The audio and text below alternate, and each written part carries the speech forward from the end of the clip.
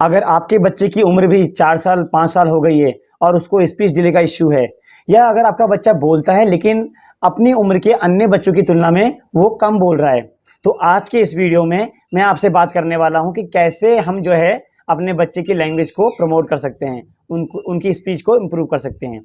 तो चलिए जान लेते हैं कि वो स्ट्रेटजीज, वो तरीके कौन कौन से हैं।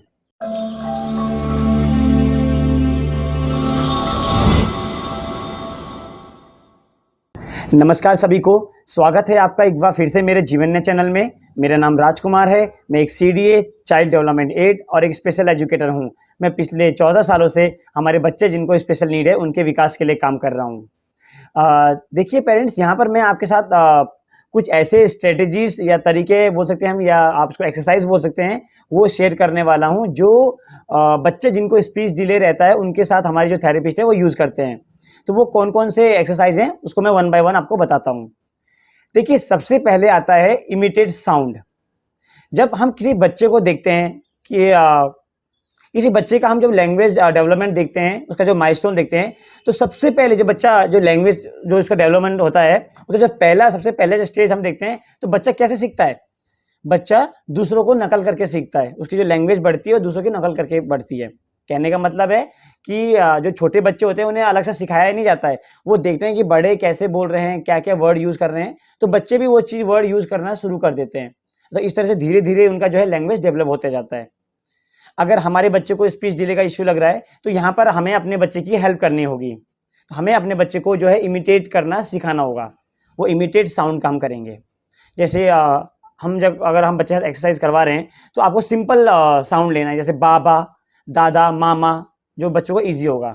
तो आप एक तरफ से आप बोलेंगे और दूसरी तरफ से बच्चे को आप इंकरेज करेंगे कि बच्चा भी उस साउंड को इमिटेट करे। ठीक है। तो यहाँ पर एक चीज़ और ध्यान रखना है, अगर बच्चा आप साउंड कर रहे हैं, आपने बाबा बोला और आपने इंकरेज किया बच्चे को बोलने को, अगर यहाँ पर बच्चा नहीं बोल रहा है, सपोज करो आपने बहुत कोशिश किया लेकिन बच्चा बिल्कुल भी कॉपी नहीं कर रहा है आपको, तो यहाँ पर फिर आपका एक रोल ये आ जाता है कि आपको एक स्टेप नीचे आना पड़ेगा। तो अगर वो साउंड को कॉपी नहीं कर रहा है, तो आपको फिर बच्चे को एक्शन कॉपी करना सिखाना होगा।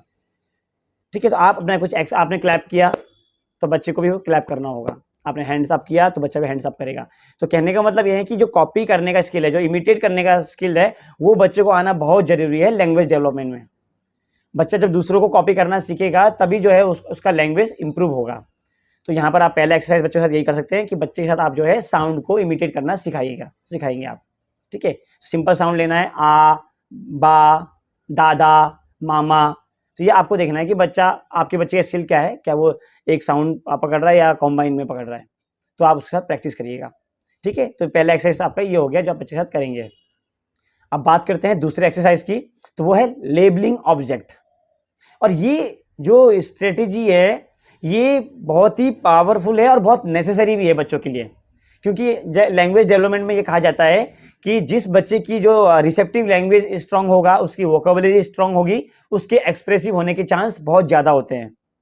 तो यहाँ पर हमें क्या करना है, अपने बच्चे का जो रिसेप्टिव लैंग्वेज है, वोकेबुलरी है, उसको बहुत स्ट्रांग करना होगा। तो उसके लिए हमें ये एक्सरसाइज करना है, बच्चे का जो है ये आपको लेबलिंग ऑब्जेक्ट देना है बच्चे को। इसका मतलब ये हुआ कि सिंपल सा, जब जो भी बच्चा कर रहा है, जो भी बच्चे के साथ जुड़ा हुआ है, आसपास के वातावरण में बच्चा देखता है, महसूस करता है, छूता है, खेलता है, या जो चीज़ वो देख रहा है, उन चीज़ों को आपको लेबल करना है। सपोज करो बच्चा बॉल के साथ खेलता है, तो आपको उसको बॉल को लेबल देना है, बॉल, बुक, कप, जंप। तो जितने भी ये ऑब्जेक्ट हैं या एक्शन है, आपको बच्चे को इस तरह से उसको लेबल आपको करना है। तो बच्चा आपको देखेगा और उसको अंडरस्टैंड करेगा, उसका रिसेप्टिव अपना स्ट्रॉन्ग करेगा। कई बार ऐसा होता है कि पेरेंट्स बोलते हैं कि ये क्या है, बोलो बॉल, ये बॉल दे दो, या मतलब कहने का ये है कि लंबे लंबे सेंटेंस बोलेंगे या बच्चे को इनके बोलेंगे बार बार कि आप ये बोलो।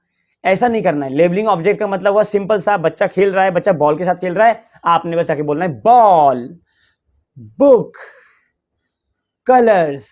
और यहाँ पर एक चीज और ध्यान देना, आपको ना अपना जो टोन है उसका बहुत ध्यान रखना है बोलते समय। ऐसे नहीं कि बॉल, कलर्स, प्लेट, कप, ऐसे नहीं। आपको बहुत मतलब टोन पे अपना बहुत जोर देना है, वो स्ट्रेच करना है उस वर्ड को। जैसे आपने बॉल हाथ में ले लिया, बच्चे ने आपकी तरफ देखा, बोलना बॉल, बॉल, ले लो, दे दो, इस तरह से आपको बच्चे को इंकरेज करना है, ठीक है। तो जितना उसका रिसेप्टिव स्ट्रॉन्ग होगा वो उसके एक्सप्रेस होने के चांस, जैसे मैंने कहा, बढ़ जाएंगे। तो आप पूरी कोशिश करना है। देखना नेक्स्ट टाइम जब आप ऐसे रोज प्रैक्टिस करेंगे बच्चे के साथ, तो अगली बार बच्चा जब किसी ऑब्जेक्ट के साथ खेलेगा या कुछ वर्ड सुनेगा तो एकदम से वो लिंक कर पाएगा, अच्छा ये वर्ड बोला है इसका मतलब ये ऑब्जेक्ट है। आप बोले, मम्मी बोलेगी कि मम्मा को आप बुक दे दो या टॉय दे दो, डॉल दे दो, तो एकदम लिंक करेंगे, हाँ कि पापा ने मुझे, मम्मा ने मुझे बताया, वो लेबल दिया है उसका, तो एकदम समझ जाएंगे उस चीज़ को। फिर बाद में क्या होगा, फिर आप बच्चे को जैसे मैंने कहा इमिटेट करना सिखाएंगे। तो आपने बोला डॉल तो बच्चा कॉपी करेगा, डॉल कप बच्चा बोलना सीखेगा। तो ये सब जुड़े हुए एक साथ, एक के साथ एक। वहाँ पर इमिटेट साउंड जुड़ा हुआ है, तो ऐसे ये आपका जो है लेबलिंग भी जुड़ा हुआ है, तो लेबल भी आपको बच्चे को देना है, ठीक है। तो ये दूसरा एक्सरसाइज हो गया। अब बात करते हैं तीसरे एक्सरसाइज की, तो वो है रीडिंग बुक्स। अब यहाँ पर कई बार पेरेंट्स बोलते हैं कि हमारा बच्चा तो बहुत कुछ समझता भी नहीं है, इतना छोटा है, तो उसे हम बुक रीडिंग कैसे करें, वो कैसे सीखेगा बुक रीड करना। तो यहाँ पर मैं आपको बता दूं पेरेंट्स कि यहाँ पर बुक रीडिंग का मतलब ये नहीं कि जो प्रिंट वर्ड है उसको रीड करना है, उसका इसका बिल्कुल भी मतलब नहीं है। आपने, अगर आप कभी स्पीच थेरेपी का सेशन आपने देखा होगा, तो हमारे थेरेपिस्ट होते हैं वो ना बच्चों के साथ, हर एक थेरेपिस्ट बच्चे के साथ बुक रीडिंग करता है। बुक रीडिंग का मतलब है कि बच्चों को कलरफुल पिक्चर दिखाना है, रंगीन चित्र जिसमें बने हो, बड़े बड़े पिक्चर बने हो, एनिमल्स, ये कॉमन ऑब्जेक्ट, एक्शन, व्हीकल, ठीक है। बड़े बुक लेना जिसमें पिक्चर बड़े बड़े हो और आप बच्चे के साथ उसको रीड करना। आप फिंगर पॉइंट करके बताएंगे, कप, बॉल, बस, एरोप्लेन। तो इस तरह से आपने क्या है, बच्चे को बुक रीडिंग करना है, उसको मतलब एक्सपोजर देना है बुक रीडिंग करने का। यहाँ पर क्या ये काम भी कर सकते हैं, आपने बोला वेयर इज बुक, आपने बोला, या वेयर इज कैट, तो क्या है बच्चा पॉइंट करेगा कैट। अगर बच्चा पॉइंटिंग नहीं कर रहा है तो नो इशू, आपको क्या है मॉडलिंग करनी है, आपको करना है पॉइंट। आपने बोला कैट, फिर आप पॉइंट करेंगे कैट। तो बच्चा जब आपको दिखेगा फिर वो धीरे धीरे उसको समझेगा, फिर अगर नेक्स्ट टाइम वो आप जब बोलेंगे तो वो पॉइंट करने की कोशिश करेगा। तो यहाँ पर पॉइंटिंग भी सिखाया जाता है बच्चों को, ये भी एक उसी का एक चेन है। अगर हम लैंग्वेज डेवलपमेंट की बात करें तो पॉइंटिंग भी उसमें ऐड होता है, ठीक है। तो आप बुक बच्चों के साथ रीड करिए। और हाँ, एक चीज़ आप और कर सकते हैं, सिंपल, मान लो कई बार क्या होता है कि कोई हमें बहुत अच्छी बुक लगती है, उसमें क्या प्रिंट बहुत छोटे छोटे होते हैं, बड़े बड़े होते हैं, तो आपको उसको रीड नहीं करना है, जो बुक में जो दिया गया है प्रिंट उसको रीड नहीं करना है। आपको जो है अपनी स्टोरी बनानी है उस पिक्चर को देखते हुए, जिससे बच्चा उसे लिंक कर पाए। जैसे कैट बना होगा उसमें, कुछ कैट कहीं चढ़ रहा है तो आप बोलते हैं कैट, कैट इज क्लाइंबिंग, या हिंदी में बोल सकते हैं बिल्ली ऊपर चढ़ी। इस तरह से आप बना सकते हैं। बिल्ली को भूख लगी, बिल्ली दूध पियो, खाना खाओ। तो अपने सेंटेंस में आप जो है उसको बनाएंगे स्टोरी को, और बच्चे को आप सुनाएंगे। तो ये बहुत ही हेल्पफुल रहता है बच्चों के लिए बुक रीडिंग, ठीक है। आप जरूर देना अपने बच्चों को। तो ये हमारा एक्सरसाइज हो गया। अब बात करते हैं हम नेक्स्ट एक्सरसाइज की। देखिए ये है राइमिंग, हम बोल सकते हैं राइमिंग या सिंगिंग स्टाइल। ये मैंने अपनी डॉटर के साथ पर्सनली यूज़ किया है। इसमें क्या है कि हम बच्चों के साथ जब बात करते हैं तो हम ना एक टोन में बात करेंगे। ये है बिल्ली, ये है बिल्ली, ऐसे। This is a ball, this is a ball, give me ball, give me ball, इस तरह से। तो देखना बच्चे क्या है, हमारे बच्चे जो है, छोटे बच्चे जो है, जो वर्ड जो बोला जाता है उसको इतना जल्दी नहीं कैच करते जितना पोएम को, राइम्स को कैच करते हैं। तो जब आप राइमिंग वर्ड में बोलेंगे तो बच्चे का अटेंशन एकदम से आपके ऊपर जाएगा और बच्चा खुश होगा, बच्चा भी ट्राई करेगा। इसमें आप ट्राई करना ये चीज़। Give me ball, give me ball, thank you, thank you. तो मतलब कहने का मतलब है जो आप इंस्ट्रक्शन दे रहे हैं उसको आप रिदम टोन में दे दीजिएगा। हाँ, पर एक बार एक ध्यान रखना कि ऐसा नहीं कि हर समय आप फिर यही कर रहे हैं, ऐसा भी नहीं होना चाहिए।